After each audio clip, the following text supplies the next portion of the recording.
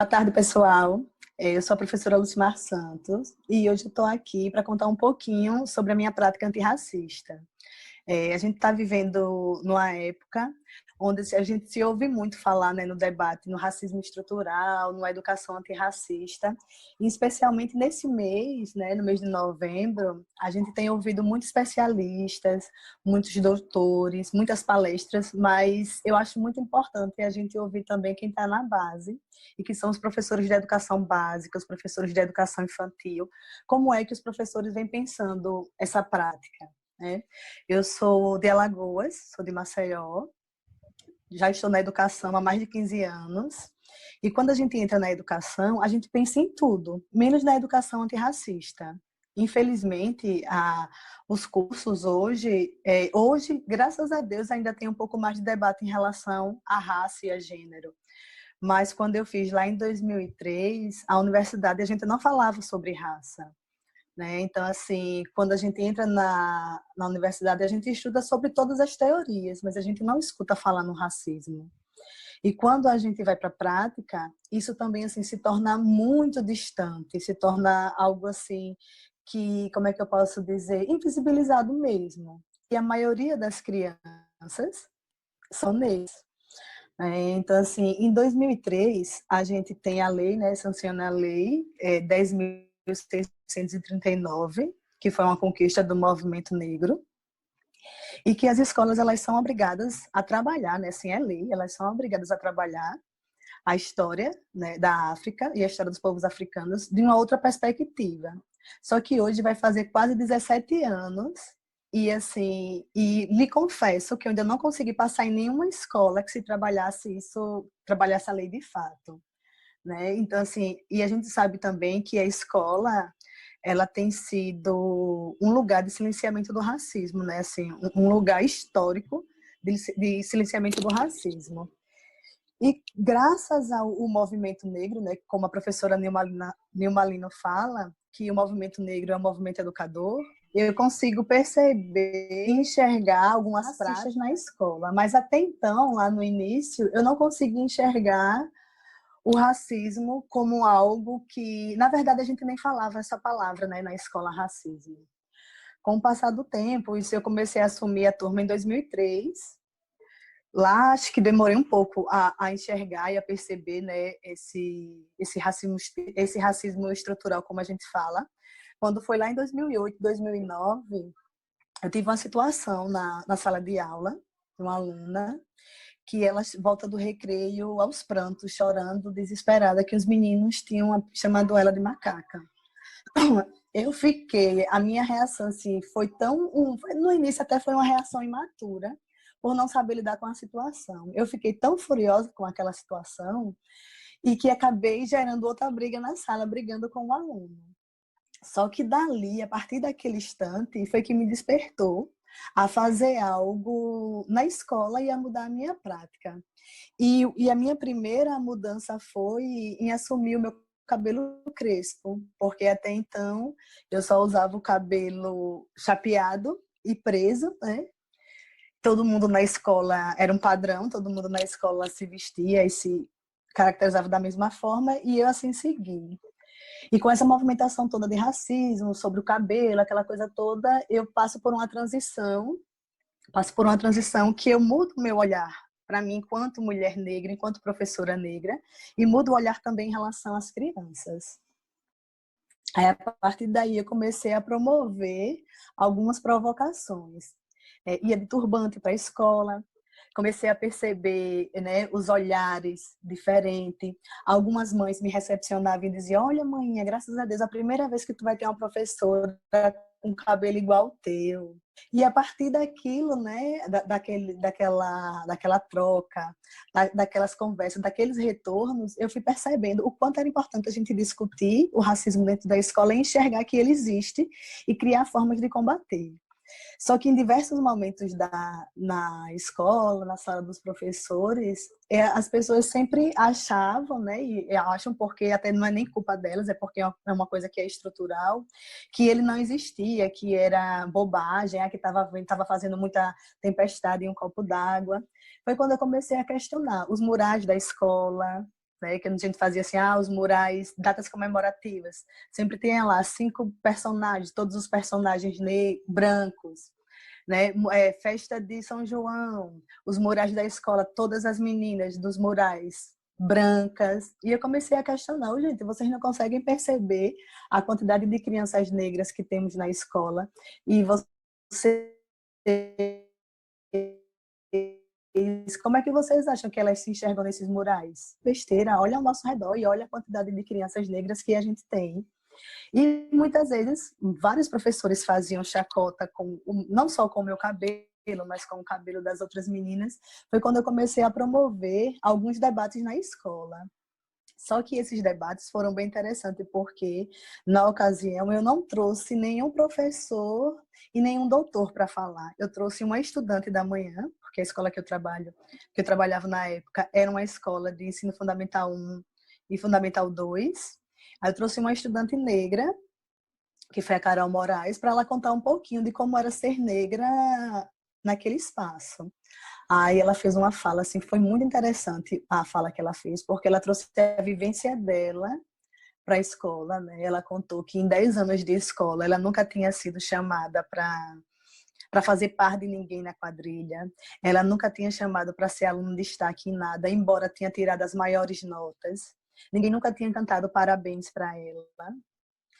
Nas escolhas, quando era para representar a escola fora do estado, até mesmo em palestras, ela nunca era chamada, ouvida, porque ela era negra e muitas vezes a maior nota da sala era dela. Então aquilo já houve uma mudança na escola.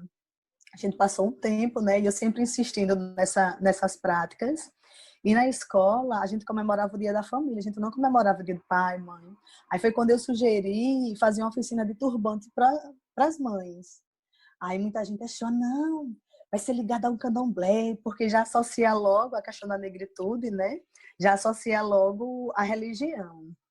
Eu sei que foi com muita insistência, eu consegui fazer a primeira oficina de turbante. Então, quando eu passei para a escola de turbante, já não era mais vista como algo negativo. Foi passando o tempo, aquela coisa toda. Eu percebi, a gente tinha uma prática na escola que uma vez na semana a gente ia para a biblioteca. Só que na biblioteca, eu percebi que os alunos sempre pegavam os mesmos livros.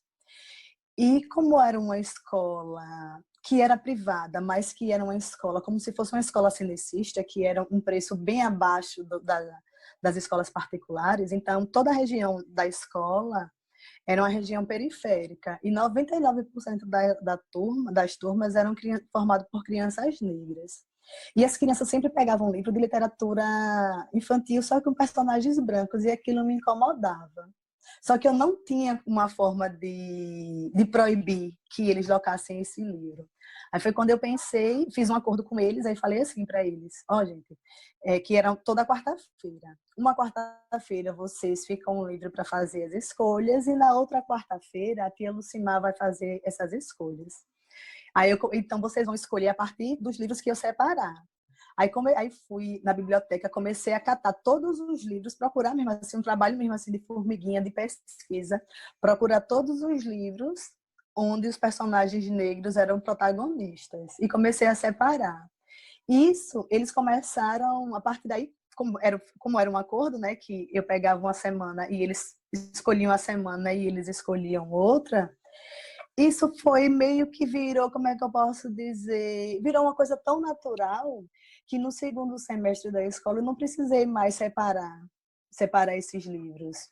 Eu até compartilhei umas fotos com vocês, onde as crianças, elas automaticamente passaram a locar os livros de acordo com a sua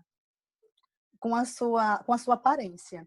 Então, quando eu penso em práticas antirracistas, eu penso ela durante um ano inteiro. Eu penso desde o primeiro dia que eu chego na escola. Eu penso quando eu recebo a lista dos meus alunos. Eu penso a forma como é que eu vou abordar. Porque a gente sabe que quando se trata dos conteúdos que abordam a temática negra, a gente sabe que, infelizmente, ainda é uma prática muito forte, mas eu acredito muito que a gente, né, vai mudar isso, é que só retratam as pessoas negras como escravo. né? E a contribuição ela vai para além dessa questão da escravidão. Então, assim, eu percebia também que quando a gente começava a falar sobre esses conteúdos, as crianças negras, elas meio que se encolhiam, porque quem que quer ser associado a as coisas negativas, né? Então, eu comecei a trazer, além do livro, né? Porque o livro o conteúdo ainda é sobre a escravidão, não o conteúdo é sobre a escravidão, mas o conteúdo não conta a contribuição dos povos africanos. Então, eu comecei a trazer, paralelo a esse conteúdo, eu comecei a trazer personalidades na medicina, na música, na arte, na matemática, né? No cinema. E comecei a trazer essas outras referências, né? Comecei a trazer poesias, comecei a apresentar para os meus alunos outras referências. Então, hoje eu não consigo mais distanciar a minha prática só apenas distanciar a minha prática de uma prática antirracista. A minha prática antirracista ela é todos os dias. Né? Tem uma grande escritora, que é a Lília Gonzalez, que ela fala assim, que eu sou militante onde eu estiver. Eu não posso ser apenas antirracista no mês de novembro. Eu não posso parar para pensar apenas no mês da consciência negra. O mês da consciência negra ainda se faz necessário, né? Porque as nossas práticas ainda elas estão muito longe de se tornar antirracista. Mas quando eu penso em educação, eu penso no afeto com as crianças negras, eu penso se a figura que eu vou compartilhar vai ter a representatividade, eu penso nas músicas, eu penso no vídeo, então assim, tudo que eu faço tem esse olhar, se as crianças elas vão se sentir representadas ou não. Só que é um grande desafio, porque a escola, infelizmente, ainda não faz parte do currículo da escola, a Lei 10.639. Eu não posso dizer que a gente não avançou. Avançou, né? Estamos avançando graças ao movimento negro que vem dando essa contribuição gigantesca. Mas ainda assim a gente está muito longe. Eu acredito muito nesses trabalhos de formiguinha. Eu não tive, como é que eu posso dizer, tive apoio de algumas diretoras em relação às oficinas que eu organizei, mas consegui organizar justamente porque era aquele mês de novembro. Mas as minhas práticas, elas foram práticas mais independentes, mas com esse olhar mesmo de se entender como professora negra, de entender o quanto é ruim, né, os apelidos, as formas pejorativas que se tratam o cabelo das meninas, que muitas vezes no intervalo algumas professoras repetiam as práticas bem racistas. Olha, virou um caminhão de pente. Eita, que o cabelo dela hoje veio daquele jeito. Sabe, assim, de muitas vezes falar e tentar baixar o volume do cabelo. Então, assim, eu fui me pegando nessas pequenas coisas que hoje eu percebo e que encontro muitas alunas negras que falam, eita, tia, comecei a ouvir sobre racismo a partir daquela aula. Então, eu acredito muito que nessas pequenas práticas que fazem a diferença. E assim, eu não consigo entender e nem, como é que eu posso dizer, e nem me imaginar repetindo práticas de como eu estudei. Se você chegar aqui em Maceió, na rede SESI de Maceió e perguntar quem foi a professora Lucimar, todo mundo vai lembrar. E todo mundo vai lembrar, mas vai lembrar de uma forma, hoje, de uma forma positiva. O que a gente está fazendo aqui hoje, junto com a editora, eu me sinto extremamente feliz, até fiquei nervosa, emocionada, porque a gente ouvir quem está na base é muito importante, a gente poder compartilhar algumas práticas, a gente vai errar muito, mas quando a gente tem a intenção de mudar, a gente faz acontecer. Não vou dizer para você que muitas coisas que eu fiz, não me arrependo, cresci muito como professora, mas muitas coisas eu fiz fugindo do planejamento. Muitas vezes, se minha diretora ouvir, ela vai precisar me perdoar, mas muitas vezes eu precisei fugir desse planejamento porque eu precisava elevar a autoestima dos meus alunos. Da mesma forma como a gente não aprende com fome, a gente também não aprende com autoestima baixa. Minhas provas, as minhas atividades, elas sempre foram muito bem pensadas para trazer uma imagem de uma mulher negra médica, de trazer um jornalista negro, para que eles acho que um dos maiores desafios, principalmente das editoras, é tentar desassociar esse conteúdo da escravidão com a potência e com a contribuição que o povo negro trouxe para o nosso país e vem trazendo até hoje, né? Só para fechar, a gente estuda muito, né, os grandes autores e pensadores da educação e felizmente que agora a gente está tendo acesso a outras escritoras, né, a outros autores negros, e isso faz parte também da formação do professor. Como é que você vai exigir uma coisa que o professor coloca em prática se ele também não tem a formação, se não passa pela formação dele? Então, acho que ter esse olhar por práticas antirracistas precisa também ter essa formação. Mas a gente pensar a forma como a gente aborda as crianças negras, a forma como a gente olha, a forma como a gente acolhe, isso já faz uma diferença tremenda. E tem uma poesia que eu gosto muito, que ela fala assim: ainda assim eu me levanto. Você pode me riscar da história, com mentiras lançadas ao ar. Pode me jogar contra o chão da terra, mas ainda assim, como poeira, eu vou me levantar. Então, assim, podem contar a história por outra versão, pode tentar apagar a gente da história, pode trazer a nossa história como história negativa, mas ainda assim a gente vai resistir. Se a gente está aqui hoje falando para uma editora, conversando com mulheres negras, eu acho que é uma pontinha de esperança. Eu lembro de diversos momentos nessa questão que eu cobrei em relação ao mural da escola, né? Então, assim, 99% da escola formado por alunos negros, muitas vezes, muitas professoras negras também naquele corpo docente, só que quando iam fazer os murais, não tinha a representatividade. Eu lembro que uma vez, aquilo me marcou profundamente, eu lembro que uma vez eu questionei, assim, quando a gente começa a gente começa a questionar com uma raiva, porque a gente tenta explicar, o outro não entende, né? Às vezes não quer realmente entender, também porque a gente sabe que é uma coisa que é estrutural. Eu lembro que uma vez eu falei meio com raiva, aí fui para a sala dos professores, bem chateada. Aí quando eu estava na sala dos professores, a sala bem cheia, uma professora branca bateu nas minhas costas e falou bem assim: coloquei lá a sua cota. Tive que colocar, né? Porque o pezinho dela na senzala não permite que ela fique calada.